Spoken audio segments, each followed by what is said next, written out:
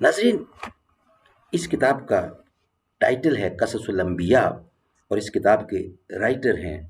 حضرت مولانا عبد المنان صاحب رحمۃ اللہ علیہ۔ ناظرین، اس کتاب کے اندر حضور اکرم صلی اللہ علیہ وآلہ وسلم سے لے کر حضرت آدم علیہ السلام تک تمام انبیاء کرام کے سچے واقعات، سچے قصے قرآن و سنت کی روشنی میں، قرآن و حدیث کی روشنی میں اس کتاب میں لکھے گئے ہیں، جس کے رائٹر ہیں مولانا عبد المنان صاحب۔ ہم آپ تک پہنچانے کی کوشش کرتے ہیں روزانہ کی بنیاد پر کم از کم ایک یا ایک سے زیادہ ویلاگ، اس نیت سے، اس امید سے کہ آپ خود بھی سنیں گے اور لوگوں تک پہنچائیں گے۔ ناظرین، آج ایپیسوڈ نمبر 3 ہے اس واقعہ کی، اور ویلاگ نمبر 297، پیج ہے 323، اور ہیڈنگ چل رہا ہے بیان حضرت سلیمان علیہ السلام کا مبتلا ہونا رنج میں باسہون تقصیرات کی وجہ سے۔ نحمدہ ونصلی علی رسولہ الکریم، بسم اللہ الرحمن الرحیم۔ اے ہمایوں، زندگی تیری سراپا سوز تھی، تیری چنگاری چراغ انجمن افروز تھی، گرچہ تھا تیرا تن خاکی نزار و درد مند،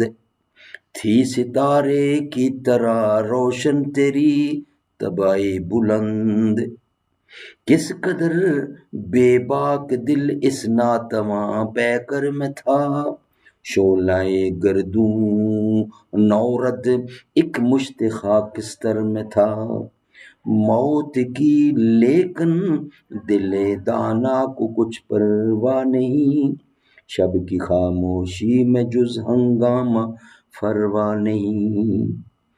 موت کو سمجھے ہیں غافل اختتام زندگی، ہے یہ شام زندگی صبح دوام زندگی۔ بقیہ حصہ ناظرین ایپیسوڈ نمبر 3 297 ویلاگ اور پیج نمبر 323 قصص الانبیاء۔ بعض روایات میں یوں بھی آیا ہے کہ ایک آنکھ اور ایک ہاتھ اور ایک پاؤں کا لڑکا پیدا ہوا۔ القصہ، جب ان جنوں نے حضرت سلیمان علیہ السلام کو نہ پہچانا اور کچھ تعظیم و تکریم بھی نہ کی اور اس تخت گاہ سے باہر نکال دیا،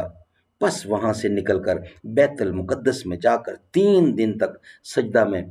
پڑے روتے رہے، پھر بے طاقتی سے مارے بھوک کے مسجد سے نکل کر کسی بنی اسرائیل کے گھر جا کر کھانے کو مانگا، لیکن کسی نے بھی ان پر کچھ التفات نہ کیا، پھر وہاں سے مایوس ہو کر شہر میں آئے اور یہاں پر بھی کھانے کی تمنا کی اور بہت جگہ کوشش کی کہ اتفاقاً یہاں بھی کسی نے بھی ان پر کچھ التفات نہ کی، پھر نوکری کی خواہش ظاہر کی، لیکن کسی نے بھی نوکر نہ رکھا، پھر یہاں سے بھی بھوکے پیاسے نکل کر دریا پر گئے، مچھلی والوں کو مچھلیاں شکار کرتے ہوئے دیکھا، ان لوگوں سے کہا تم لوگ مجھ کو نوکر رکھ لو اور ہم تمہارا کام کریں گے، تب ماہی گیر نے ان کو 2 مچھلیاں دینی ہر روز مقرر کی اور نوکر رکھ لیا۔ آخر تمام دن گزرا، رات کے وقت 2 مچھلیاں پکڑی گئیں، یہی 2 مچھلیاں مزدوری میں ان کو ملیں، ان میں سے ایک مچھلی بازار میں بیچ کر روٹی مول لی اور دوسری مچھلی کو تل کر روٹی کے ساتھ کھائی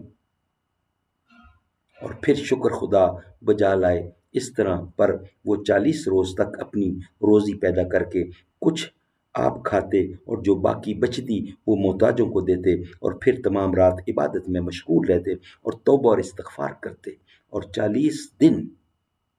سغرا جن نے حضرت سلیمان علیہ السلام کے تخت پر بیٹھ کر بادشاہی کی، مگر آدمی اور جن کو اس کے طور طریقوں سے کچھ معلوم معاملہ ہوا کہ یہ جن ہے، تخت پر بیٹھ کر سلطنت کر رہا ہے اور یہ حضرت سلیمان علیہ السلام نہیں ہے، مگر یہ راز دلی کسی سے ظاہر نہیں کرتے۔ اور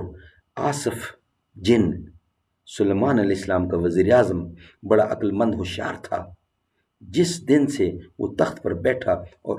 اپنا حکم جاری کرنے لگا، اسی دن سے وہ آصف جن اس بات کا متلاشی اور متردد ہوا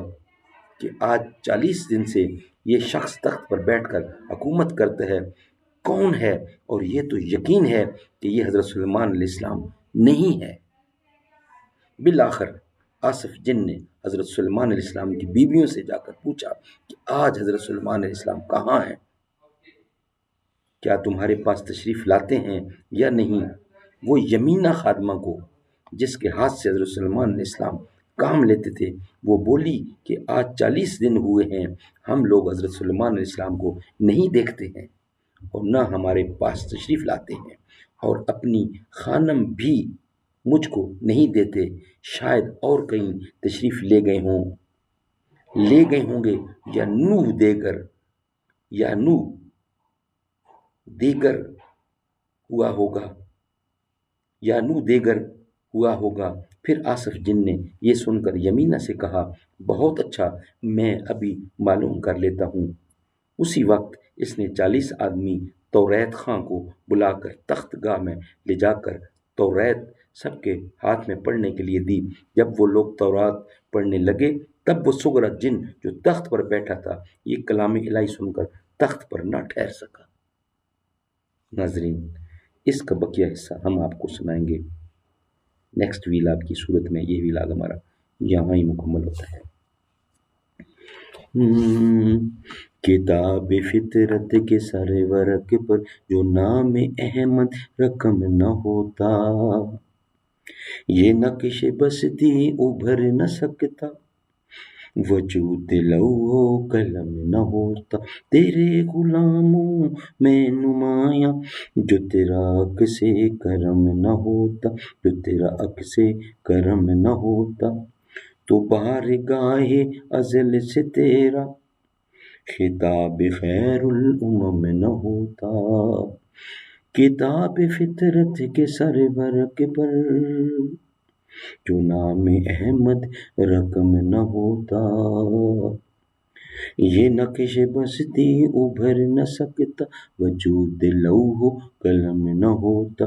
تیرے غلاموں میں نمایاں جو تیرا عکس کرم نہ ہوتا، تو بارگاہ ازل سے تیرا خطاب خیر الامم نہ ہوتا۔ کتاب فطرت